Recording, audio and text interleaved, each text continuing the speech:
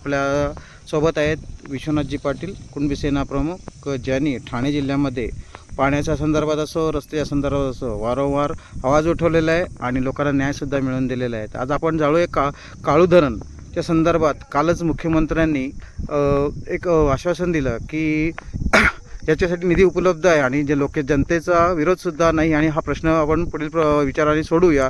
तर विश्वनाथ पाटील यांच्या आपल्यासमोर जाऊन घ्या. काय सांगाल साहेब तुम्ही या संदर्भात? या प्रश्नाला फार मोठी जुनी पार्श्वभूमी आहे. ब्रिटिश काळामध्ये मुंबईचा पाणी पुरवठा सुरळीत व्हावा, मुंबईला पाणी मिळावं याच्यासाठी ब्रिटिशांनी डोकं चालून तांसा धरणाची निर्मिती केली. ग्रॅव्हिटीने पाणी दिलं. त्याच्यानंतर मुंबईची स्थान भागेना शेजारी असलेली मोठी शहरं ठाणे, अंबरनाथ, उल्हासनगर, कल्याण अशा शहरांची जी भरमसाठ वाढ झाली वेगाने, त्यांचाही पाण्याचा प्रश्न तयार झाला आणि वारंवार ठाणे जिल्ह्याला आणि पालघर जिल्ह्याला विठेला घेतलं गेलं. अनेक धरणांची निर्मिती झाली, परंतु दुर्दैवाने शेतकऱ्यांचा पिण्याच्या पाण्याचा प्रश्न आणि सिंचनाची व्यवस्था या दोन गोष्टींच्या बाबतीत सरकारने आलेल्या प्रत्येक राजवटीने प्रचंड मोठा अन्याय केलेला आहे. आणि त्याचबरोबर या अन्यायाला वाचा फोडण्यासाठी जमीन, पाणी, रोजगार आणि विकासाच्या प्रश्नावर सातत्याने कुणबी सेनेने प्रचंड मोठे लढे दिले.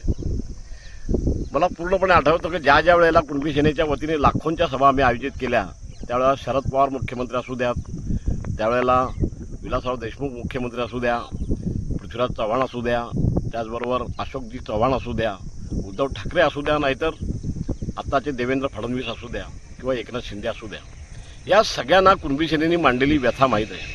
ही व्यथा एखाद्या समाजाची मी मांडली नव्हती, तर संबंध कष्टकरी वर्ग आणि शेतकरी वर्ग जो उजाड होत चाललेला आहे कोकणातून, भात शेती ही परवडणारी गोष्ट राहिलेली नाही.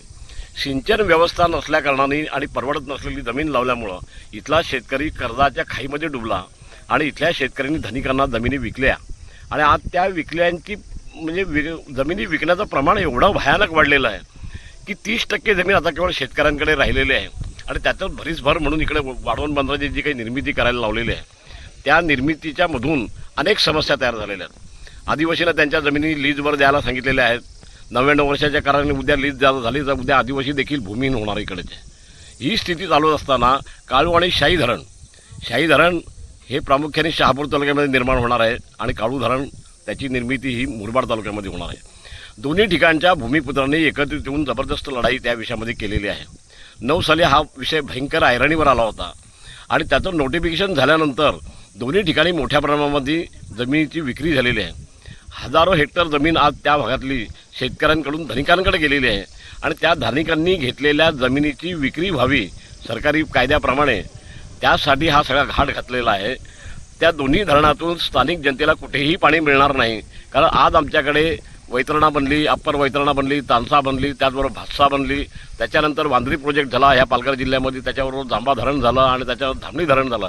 या सगळ्या धरणांमधून पाणी देण्याचा जो सिलसिला आहे शहरांना, तो थांबलेला नाही. आणि ग्रामीण भागावर अन्याय होत असताना काल अचानक राज्याचे उपमुख्यमंत्री श्री एकनाथरावजी शिंदे यांनी जी घोषणा केलेली आहे की MMRDAने 400 कोटी रुपये सिंचन व्यवस्थेसाठी वर्ग केलेले आहेत. हे सिंचन व्यवस्थेत धरण तर अजून पूर्ण झालेलं नाही, एक मुद्दा. आणि त्या धरणाला एवढा विरोध आहे की गेल्या 20 दिवसामध्ये मी गाव बैठका घेतल्या. त्यानंतर झालेल्या एका मोठ्या जाहीर सभेमध्ये माझ्याबरोबर आपले राजू शेट्टी शेतकऱ्यांचे नेते तेही होते. तिथल्या शेतकऱ्यांनी व्यथा म्हणताना अक्षरशः रडून आम्हाला काही गोष्टी सांगितलेल्या आहेत. आणि काश्मीरसारखंच एक प्रकारचं खोरं आहे आणि ते खोरं जर पाण्याखाली डुबवायचं असेल तर हा एक ठाणे जिल्ह्यावर होणारा मोठा अत्याचार आहे आणि ह्या अत्याचाराला कसोशीने आम्ही विरोध केल्याखेरीज राहणार नाही. आणि शेतकऱ्यांचं प्रचंड मोठं संघटन याच्यामध्ये उभं राहील. आणि अनेक वर्षाची जी चीड आहे की आमचं पाणी जसं रक्त शोषावं त्या पद्धतीने पाणी शोषून घेतलेलं आहे. इथल्या माणसाला प्यायला पाणी नाही, इथली सिंचन व्यवस्था नाही, इथला शेतकरी उजाड होत चाललेला आहे. त्याची तमा न बाळगताना वारंवार नवीन धरणं बनवण्याचा जो घाट घातला आहे हा कोणाला तरी धनिक माणसांसाठी घातला जात आहे. मुंबईतला एक फार मोठा बिल्डर याच्यामध्ये काम करून राहिलेला आहे. यथावकाश मी त्याचं नाव देखील जाहीर करणार आहे. आणि त्यातल्या त्यात भावली धरणातून शहापूरला जे पाणी आणण्याचा जो घाट घालायला लावलेला आहे हे 100% खोटं आहे. त्या भावली धरणामध्ये पाणी नाही आणि त्याचाही संताप लोकांचा बाहेर येणार आहे. त्याचबरोबर गेल्या 2 वर्षापासून एक अत्यंत केंद्राची महत्त्वाकांक्षी योजना जी होती जलजीवन मिशनची, ती पूर्णपणे फेल्युअर गेलेली आहे आणि त्याच्यामध्ये 100% हा भ्रष्टाचार झालेला आहे. अधिकारी वर्ग आणि कंत्राटदार त्याचबरोबर लोकप्रतिनिधींचं जे त्याच्यावर अंकुश पाहिजे तो अंकुश कुठल्याही पद्धतीचा राहिलेला नाही आणि त्याच्यामुळे ठाणे जिल्ह्यातली परिस्थिती आणि पालघर जिल्ह्यातली परिस्थिती ही आवाक्याच्या बाहेर चाललेली असताना काल अचानक ही जी काय घोषणा झालेली आहे नवीन निधी देण्याची धरणाच्या बाबतीत, हा निधी नेमकी कोणासाठी आहे? ज्यांनी जमिनी खरेदी केलेल्या आहेत यांना श्रीमंत करायचे आहेत का? म्हणजे जे काही चाललेलं आहे त्याच्यामध्ये तातडीने मुख्यमंत्र्यांनी हस्तक्षेप करावा आणि ही गोष्ट थांबावी. तातडीने आमच्याबरोबर शेतकऱ्यांच्या प्रतिनिधींच्याबरोबर जर चर्चा केली नाही तर सर्व शक्तीनिशी लावून आम्ही ह्या संबंध प्रकल्पांना विरोध करू. आमचा विकासाला विरोध नाही, विकासाला आमचं पूर्ण प्राधान्य. आम्ही त्यांना अल्टिमेटम दिलेलं आहे.